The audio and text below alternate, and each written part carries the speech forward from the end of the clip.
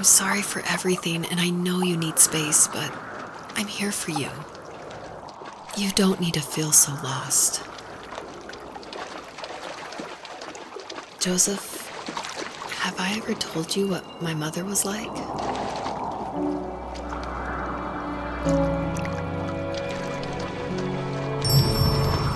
Hello, my name is Elise Whaley, and I was the voice actress for Rachel. I'm also David's wife, so that was convenient for working together. I was actually the voice actress for his first game, Home is Where One Starts, and I guess that I did a good enough job that David wanted me back, so I did the voice acting for this one as well. David definitely coached me through it because I'm pretty inexperienced when it comes to that. Home is Where One Starts was my first time ever doing voice acting of any kind.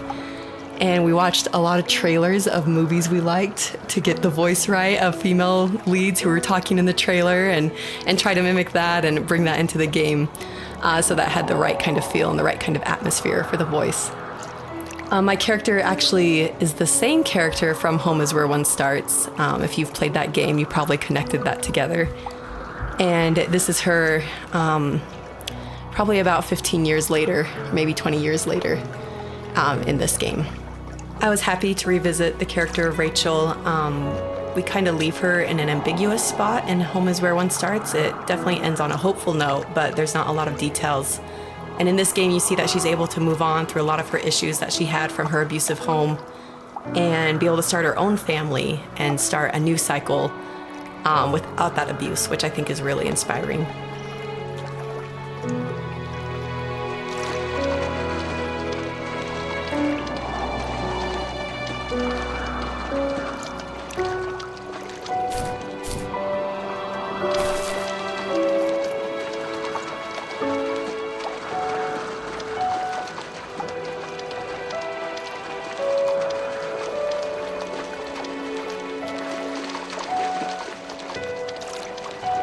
You know what it's like not to have a mom at home. And you know how hard that made my childhood. What helped me was watching the birds in the morning before the school bus came. I thought that my mother was one of those birds, and it made me want to be free like her. My mom taught me how to fold origami cranes while she was in the hospital.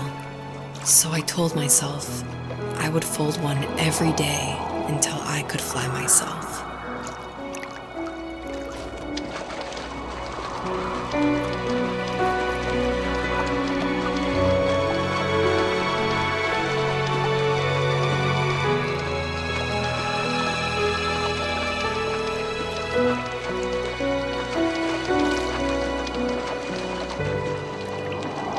I think we both have always loved animals, and for me that love started with a dog. Sometimes this Rottweiler would come up to our property line and wait at the fence for me, but only once in a while.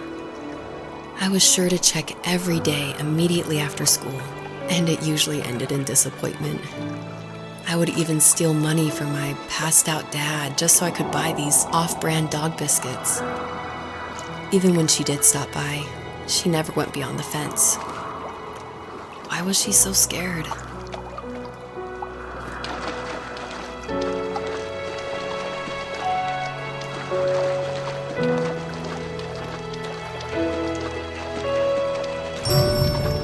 So it's always interesting working with your spouse because, especially on a creative project, because they want your feedback, but it's something that's also dear to their heart, and they're dear to your heart, and you definitely don't want to hurt their feelings. So I was a little nervous when David asked me, he had finally finished writing the script, and he asked me to go over it and see what I thought.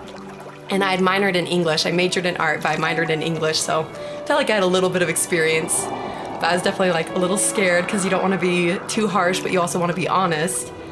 And it was the biggest relief when I read the script, and I was like, oh, good. My husband's a good writer. I don't have to change that much about this, just a few like grammatical things. And that was just like the biggest relief for me because it can be a tricky balance working with your spouse and making sure that that honesty is there, but also that love and the support is there as well.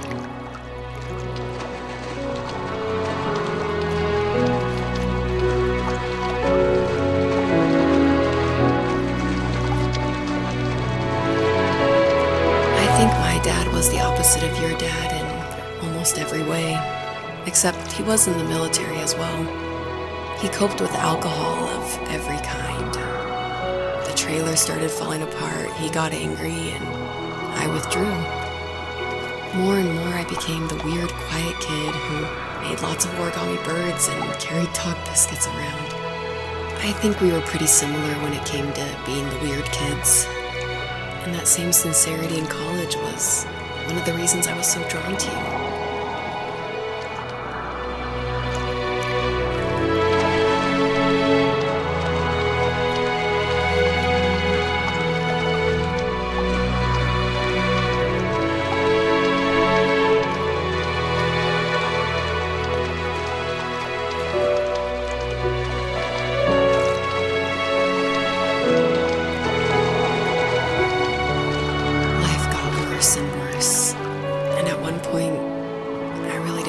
Survive another day with my soul still intact. I had no real friends, let alone neighbors, since we lived in the middle of nowhere. I should have talked to my teacher, but I was scared what he would do if he found out.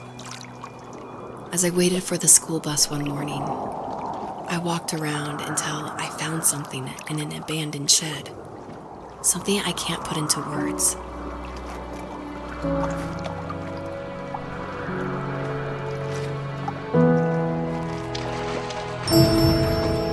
So we're talking about Home is Where One Starts a lot. So if you haven't played that game, maybe this doesn't make as much sense, or maybe this is a little plug that you should go play it.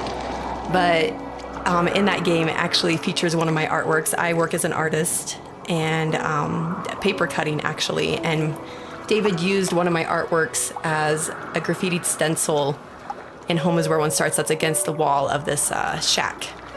And it actually shows up again in the first tree, just a fragment of it. The first tree, the title actually comes from one of my artworks that I made back in 2015, I want to say. And I made this artwork while I was pregnant with our first child.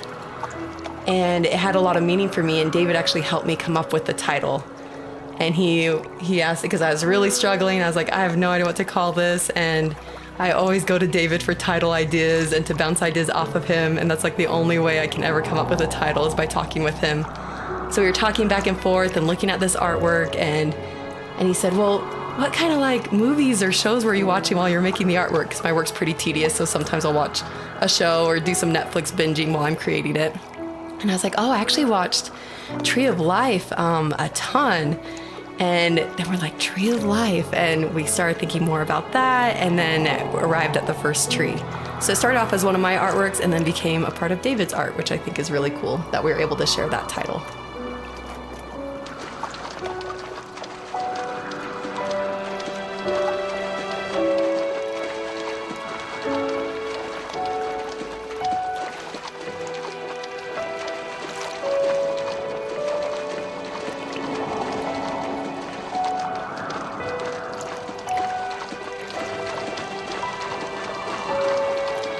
I summoned courage I didn't know I had, and I broke into my dad's room and found the key to the shed where he had locked my bike.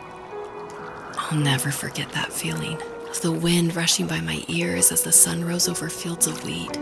I was flying for the first time. I biked as far as my legs could take me until I found a house that felt friendly and that felt like home. Those strangers helped me in so many ways. And if it wasn't for them, I wouldn't have found my foster family. And if it wasn't for my parents, I wouldn't have met you.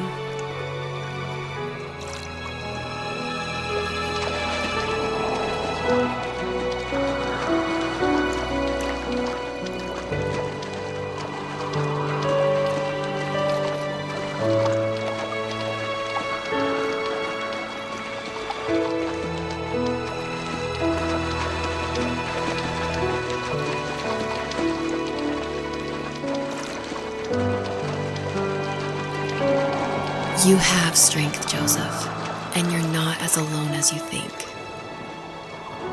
It's all just so pointless, just waiting for life to happen. It's like having the home I always wanted is cursed out of my reach. The thought of being a parent myself, how could I do that when I couldn't even be a good son? I'm sorry. I know what you're saying. I just don't know how things will work out. These quiet hours will turn into years. We will wonder which roads passed us by. Then we'll forge a new road together. Besides, I discovered for myself that one fateful morning where any hopeful road leads to. There may be thorns and mist, but it always leads to the same thing. And what's that? Family. I'm so glad that you're part of my family, Rachel. And I'm glad you're part of mine. A question I get a lot is why a fox? And it ties into just how important family is for me. And Fox is actually a family name from my wife's side, from Elise. And she always heard about the legacy of the Fox family. And because of that, growing up, it was her favorite animal. She even made these 2 wooden foxes for our wedding cake toppers. So I thought it would be cool to have that animal in the game while these 2 people are having this conversation in the middle of the night.